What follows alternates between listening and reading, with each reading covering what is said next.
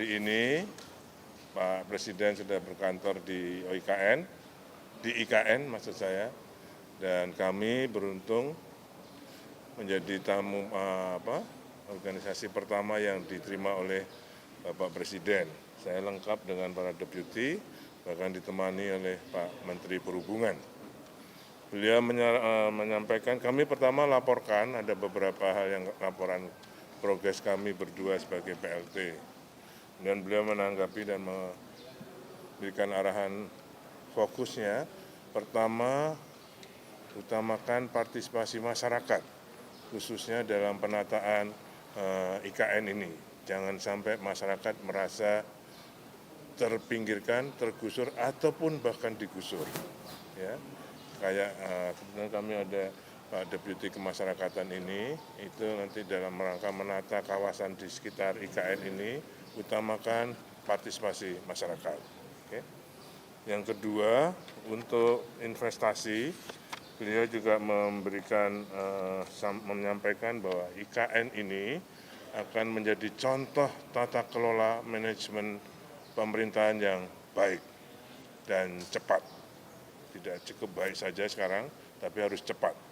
Oke.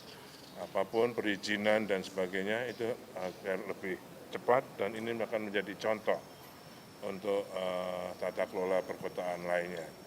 Contohnya sekarang yang tentang investasi. Dari 45 groundbreaking dari 1 sampai 6 yang sudah dilakukan oleh Bapak Presiden, kemarin hari Selasa tanggal 26 Juli sudah ditandatangani antara OIKN, perjanjian kerjasama antara OIKN dan para investor. Oke. Ada 14. Nah, beliau minta segera dituntaskan yang 45 itu. Dan nanti minggu depan kalau Pak Presiden kunjungan yang ke sini, itu ada groundbreaking lagi sekitar 5, dan itu sudah harus PKS. Ya, kalau tidak PKS tidak akan groundbreaking. Ya. Pertama BCA, kemudian Intiland, Indogrosir, RGE dan Swissbell Hotel. Ini nggak terlalu banyak, hanya 5, tapi itu harus sudah lengkap dengan PKS, termasuk perizinannya. Ya. Sehingga sekarang kalau dengan PKS mereka sudah mulai membayar kontribusi itu harga tanah. Dan kita masukkan dalam rekening sementara yang tidak akan dipakai oleh OIKN, belum boleh dipakai. Yang kedua, ya, jadi partisipasi masyarakat, karena kita punya di dalam pikiran Pak Presiden, kita punya 256.000 hektar. Jadi jangan sampai masyarakat merasa tergusur, tapi kalau bisa, kalau memang harus direlokasi, dicarikan tempat yang lebih baik. Kemudian,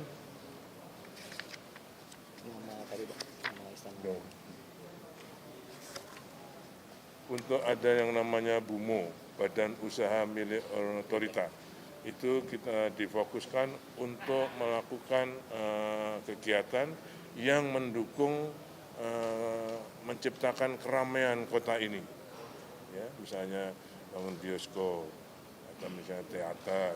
Itu pemanfaatan infrastruktur yang sudah dibangun di gerai-gerai atau ruangan-ruangan yang di bawah kantor-kantor Kemenko di Sumbu Kebangsaan akan dimanfaatkan untuk retail, dan itu dikelola oleh BUMO tadi. Ya, termasuk misalnya kebun binatang, yang membangun kebun binatang itu ditugaskan nanti kepada BUMO, jadi sudah lebih jelas lagi. Ya. Kemudian beliau menyampaikan ini Istana Garuda, bukan kantor presiden lagi, tapi namanya adalah Istana Garuda yang di bawah Istana Negara. Jadi dan namanya ada.